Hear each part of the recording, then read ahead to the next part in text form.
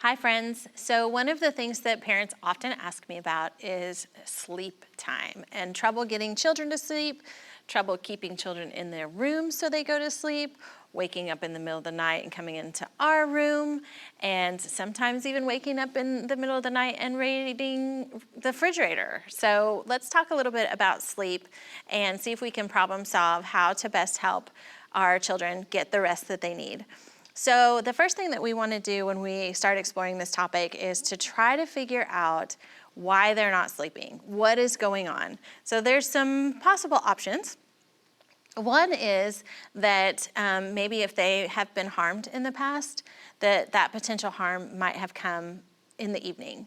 And so it's sometimes nighttime is just a natural trigger for kids, and that's going to make it very difficult for them to want to go to sleep. They're going to be afraid of sleep.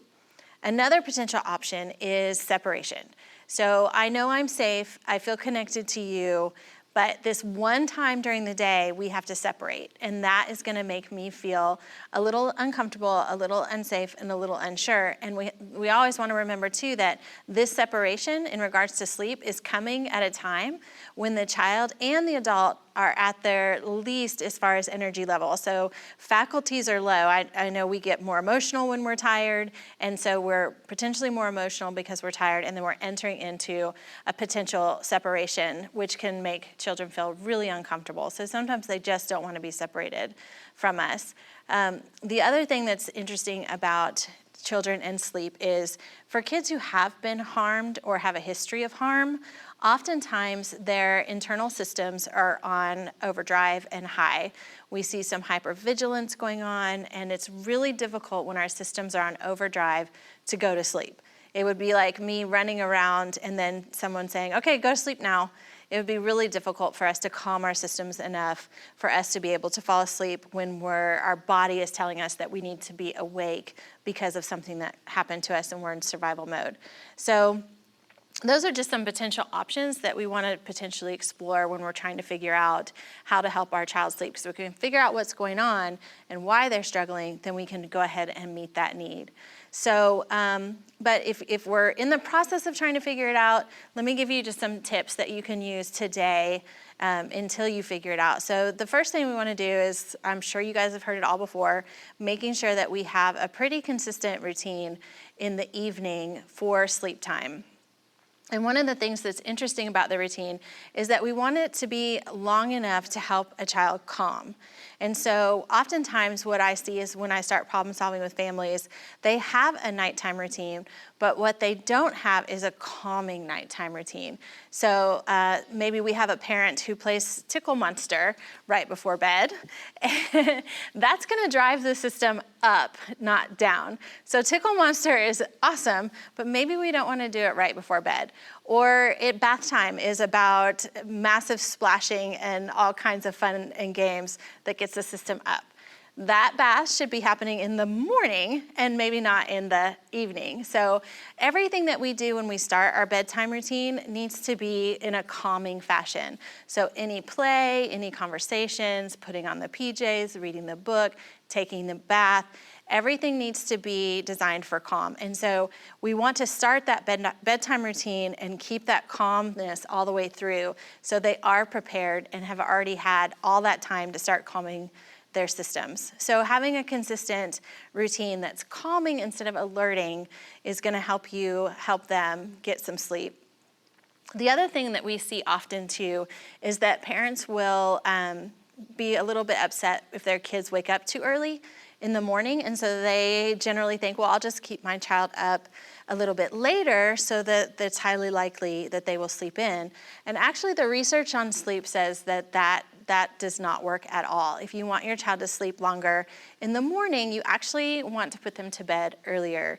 And most of the research says that 7:30 for young ones is about the magic time for bed. And some of you are going to be like, what, 7:30? We're just finishing dinner. So if that's you, what you want to do is go to the Google and look up on the National Association for Sleep website about how many hours that child should be sleeping. And then you can adjust the times for bedtime and the wake up time. But if you have to wake up at a certain time, you want to make sure that that child is getting enough sleep, and you can plan the bedtime accordingly. So 7:30 is kind of the magic bedtime, but you want to just go ahead and do the math, and there's tons of those, how many hours per night for the age available to you on the website. So the other thing that we often hear is, okay, so I've done this bedtime routine, and I put the child in their bed, but the minute I walk out, they're up, or they're asking for another drink of water, or they need to use the bathroom, or all of the things to stay with you. And so the interesting thing about sleep is, like, humans we eat, we drink water, we are programmed to do that, but we are also programmed to sleep. Our bodies are made to go to sleep, and so what happens, though, is that we don't tap into our natural ability to do that. And so children, if we stay in the room with them until they fall asleep, then we become the thing that calms them to sleep. And what we need to do is for them to learn and teach their bodies to tap into that ability to sleep on their own. And so one of the things that we can do to do that is we allow them to go ahead and do your bedtime routine, read the book, give the kiss, and then go ahead and say, hey, baby, I'll be back to check on you in just a minute. I'm going to go do X, Y, Z. And then you're going to come back and check on them. You could just open the door and say, hey, are you doing okay? And you're going to do those small check-ins until they fall asleep. But what's happening in the time that you're gone is that they feel safe because they know you're going to come back and check on them. They don't feel separated from you yet because you're coming back. But their bodies are starting to calm and relax on their own. And so if you do those small check-ins, eventually they will start to sleep. So if you have a child that gets out of the bed really quickly and you do these small check-ins, you want to make sure that check-in time is really short so that you're coming back before they get out of their bed. So those are just some tips on sleep. I know it's a big issue for a lot of families. There's some good resources out there. A lot of what I told you today is coming from a book called The Happy Sleeper, which is a really good book and has a lot of good research and science on sleep in it. So let's go and visit with my friend Rochelle. Hey. Do you have any issues with sleep in your household at all? So I honestly have never considered this an issue, so I really liked the topipic. Yeah. And we were talking about earlier how sometimes when I'm reading something, I'm like, already been through that trauma. I don't think about it. I guess I never thought of it being an issue because, for one, I co-slept with the babies, and that's like against the rules. So I was kind of a rule breaker when it came to sleep anyway. Right. So I kind of got away from listening to people about sleep because I just felt guilty all the time. Right. But it was more traumatic for me with my kid swaddled in a bed next to me. Mm-hmm. I would wake up constantly thinking like something was happening. And so it was a soothing for me, and just breastfeeding and different things like that. And my babies were 10 pounds and almost 11 pounds. Yeah. So they were holding so you kept them close. Yeah, I mean they were, whatever. They came out grown, so I'm not obviously promoting that. All I'm saying is that's why. So like, I guess I'm looking at it and I'm just like, bedtime's really important for me. But I also, and because I need time to wind down. So I really thought with the 7:30 magic time, I'm just like, wow, I don't even know how, because I have toddlers and teenagers. And I think having toddlers and teenagers, I tell people all the time, is the way to go. Yeah. Because it helps you to remember to be patient with teenagers and also to expect things out of toddlers. You kind of have that both. And so like our kids do come into our room. They co-sleep, and also whenever we take a lot of different kids into our home, we keep our younger kids safe because we don't always know when we let people into our home. Yes. So, I mean, like I said, I've always just been okay with how sleep goes. Right. But I just have been sharing with you that I want them to stop touching me and I want them to be off me. Right. So maybe I should work on this. Yeah. So that's kind of what this was for me. It was like, okay, that makes sense, and maybe I should try that. Do I have the energy to try that? Right. Because at bedtime. Yeah. And then also thoughts like, and it wasn't, just thoughts of, so to the toddlers, there's a Jack and Jill, to two of the teenagers, and they have a later bedtime. So trying to require my 3 and 5-year-old to go to bed earlier than while the house is still buzzing before them, and even when they go to bed at 9 o'clock, which is like our bedtime, and they're laughing through the door. Yeah. I don't know how to like, I'm like, how do I even start? Right. So any advice? Well, okay, so a couple things. It's a lot. Like, yeah, so Okay. so a couple things is like when it comes to sleep in families, every family is completely different. Some are like they have no problem with their child coming into their room at night, Right. and some are like, no, this is I gave all day. You don't get Right. night too. Right. Like so, every family is completely different. So it's being comfortable with the choices Okay. that you make for sure. Obviously, we have to follow all those foster care Right. guidelines and stuff. But that's different than the Because the rest of my little ones are yeah, my your biological kids, so I can do whatever I want. Yes, you can.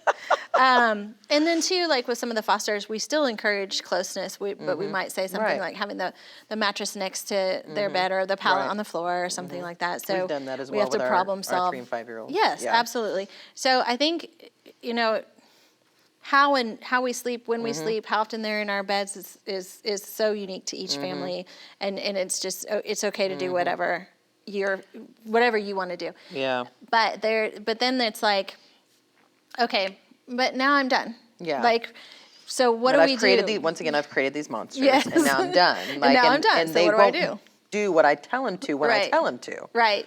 So the way that I would suggest handling that is doing like a very, in TBRI, anything we want to teach our kids, we have to proactively teach when it's not in the moment. Okay. So let's say I want to try to get them to sleep in their own beds. I'm not going to do it like in the moment. Be like, oh, tonight y'all are sleeping in your own beds. Like, Yeah. So what I want to do is preface it and set it up. I want to sit down and talk to them and say, I think we're going to try this.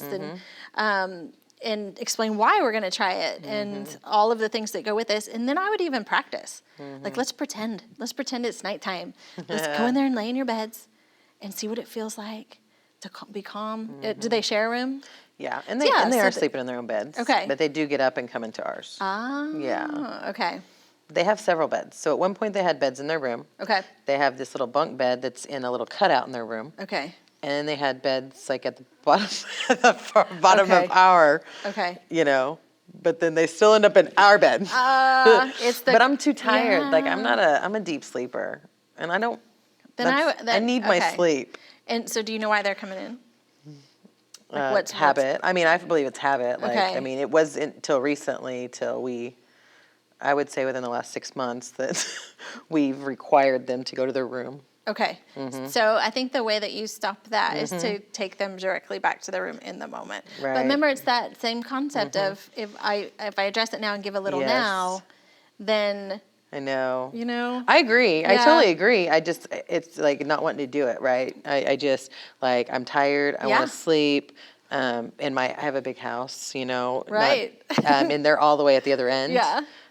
So walking through and So carrying it might be these, that. oh, So Yeah. now you know what you could what I could do. So it's a matter of which do I want more? Right. Long term, they figure it Yeah. out, or am I just too tired? Yeah. There's no right answer there. Right. Like it's you've got two Yeah. options. I can probably fix it if I want to. if you want to. Yeah. But it's going to require some What's energy more and important effort. to me. So maybe you just want to sleep and Yeah.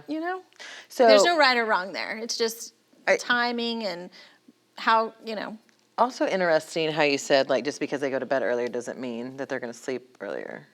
if they go to bed yeah. earlier, they should sleep later. I mean, that they're Yeah. not. Yeah. So Yeah. all that was kind of different for me. So so if a kid goes to bed at 7:30, like, what is a normal wake-up time then? Is that research, like a normal wake-up time for kids? Yeah, so Okay. I'd have to look at the chart. Okay. I don't know because my kids Okay. are older now, and Yeah. so it's different for each age. So we'd have to look at the chart and see what it is. But you just Yeah. you just do the math. It'll say children need this. Right. But the other thing to remember too, though, kids who have been harmed, they need more sleep because their bodies are working so hard to Yes. overcome trauma. And and they actually end up getting less sleep when their bodies need more sleep. And that's one thing I talk to my kids about all the time. I'm not doing this to punish you. You need sleep. And there's a couple of my kids will recognize that they need sleep Yeah. and they will go to sleep and they Right. will go to bed. I have other ones, and then my rule becomes sometimes like, this is your bedtime. If you stay up as long as you get up, I'm fine with it, but you see the toll it takes. And then I try to Right. have that conversation with them later. Yeah. So I do notice it with my teenagers because I tell them, you need to have sleep.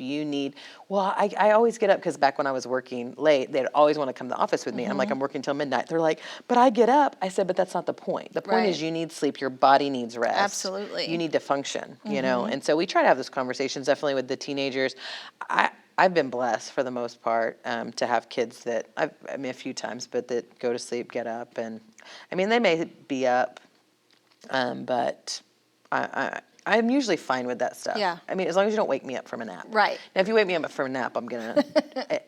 Right. People know better. Yeah, don't do that. Don't do that. No, some people don't know better, and Yeah. then they learn.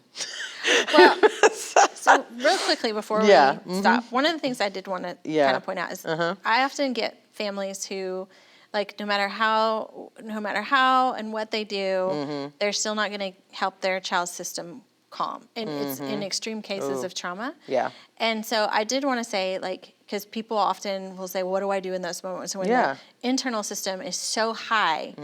And oftentimes we start to have a discussion about actually medication. And so I do want to touch on it because it's like Yeah. do I, don't I? And if you have a child in your home who's suffered significant trauma and you know that they're not sleeping because the internal system is too high, it takes time to calm the internal system through all the other pieces of counseling and helping them overcome their trauma. So temporary medication to help them sleep is completely okay. You just want to make sure that you're always under the, that you're working on it. Like, we don't Right. want to just throw medication if we're not doing the deeper work at the same time. Yeah. But a child who has had that rough history and isn't getting any sleep is really suffering the next day and the next day and the next day. So it's not like we're like, want to throw medication at everybody, but it's really important that parents know that sometimes it is necessary when it comes to this one particular issue. So I just wanted to make sure that parents felt okay with, like, under the guise of a professional that, Right. So, and that was a struggle for me, I'll just be honest, as far as like medication goes, because like people would have loved to have medicated me as hyperactive as I am my whole life. And so I'm glad that my parents didn't, because Right. I believe I still was a straight A student and I did well in school. Absolutely. But I would get in trouble for talking all the time and things like that. And I actually like who I am today. I Right, mean, right, not saying that I didn't struggle, and I Right. don't still struggle, but I think that that's a really good conversation, because so it was really hard for me to have any kind of medication with kids, because I felt like we are just trying to medicate the issue, especially a lot of times in foster care, because they see so many different doctors, and different doctors see different symptoms, and kids present differently in Right. different homes, Right, right? absolutely. I've had people think I was lying to them about behaviors because it was different in my home than their home, or Right. So on that, I did have a counselor that she was like, we've tried everything else. They've have these supports, they have these people, you're doing this, this, and this, and it's been this much time. Yeah. We need to try another piece. So they said it's not the solution, it's a piece of the puzzle. Right. And so I really liked that. And, Yeah. and so it really opened, I think being open to anything, and people ask me all the time, like, what is your advice?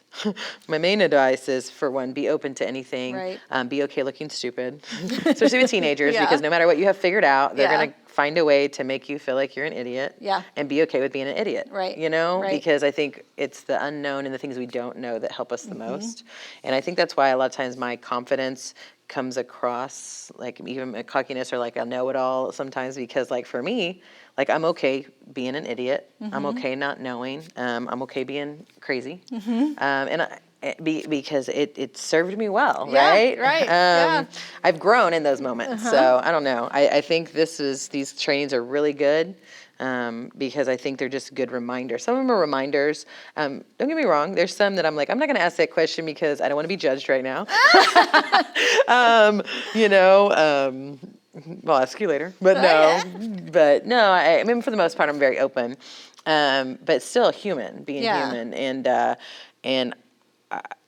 think, I don't think I said this, but I've said this to you multiple times. I said, I kind of, tested you, I think, and I asked you some questions when we first met. I said, I don't even remember what I asked you, but I remember when I asked you, like, if this doesn't work, I remember thinking, oh, well, this doesn't work for me, and it didn't work in this moment, and like I felt like a failure, but you pretty much were like, kind of like, it doesn't work all the time. You're not going to be on all the time. Right. And you gave me permission to fail. You gave me permission to have a do-over. And so then I was like, okay, she cool. Like, we cool, I'm glad I passed the test. Yeah. No, I mean, it wasn't even. It was just like, I'm my biggest critic. I already feel like a failure. Yeah. Like whenever things don't go well, I already feel like a failure. And so I don't need somebody else to come along and remind me Right. of my biggest fears. Right. I need somebody to come and encourage me that if I keep trying, tomorrow can be better. Right. Right. Absolutely. And so that's why I support you. I support this project. Oh, thank you. And we support foster parents. Yes. And every other parent. Yes. All parents. Anybody All in the parents, because it's trenches. not just foster parents. No, it's not. You know, because like I said, I'm using this for my 3 and 5-year-olds who I'm like, Absolutely. oh, what trauma do they have? Right. They're happy little, you know, I'm creating their trauma right now. So I think anyway, it's just, it all comes down to being human, being authentic. Right. And in the world of foster care, you know more than anybody else, like if it's going to challenge who you are as an individual, your patience, your level of being okay with failure, it is like no other to enter into that role. So, that's how, if you ever wanted to know who you were, just sign up and be a foster parent, right? Or and you're going to discover all kinds of things. Or what you're capable of in good and bad ways. Absolutely. Yeah. But to overcome those personal challenges, to be able to love a child who has a history that you weren't a part of is pretty powerful, and it's pretty amazing. It's just, days are tough. Yeah, for sure. Yeah. Yeah. So thank you so much for visiting with me Thanks again. for having me. I'm so glad you're here. Thank you so much.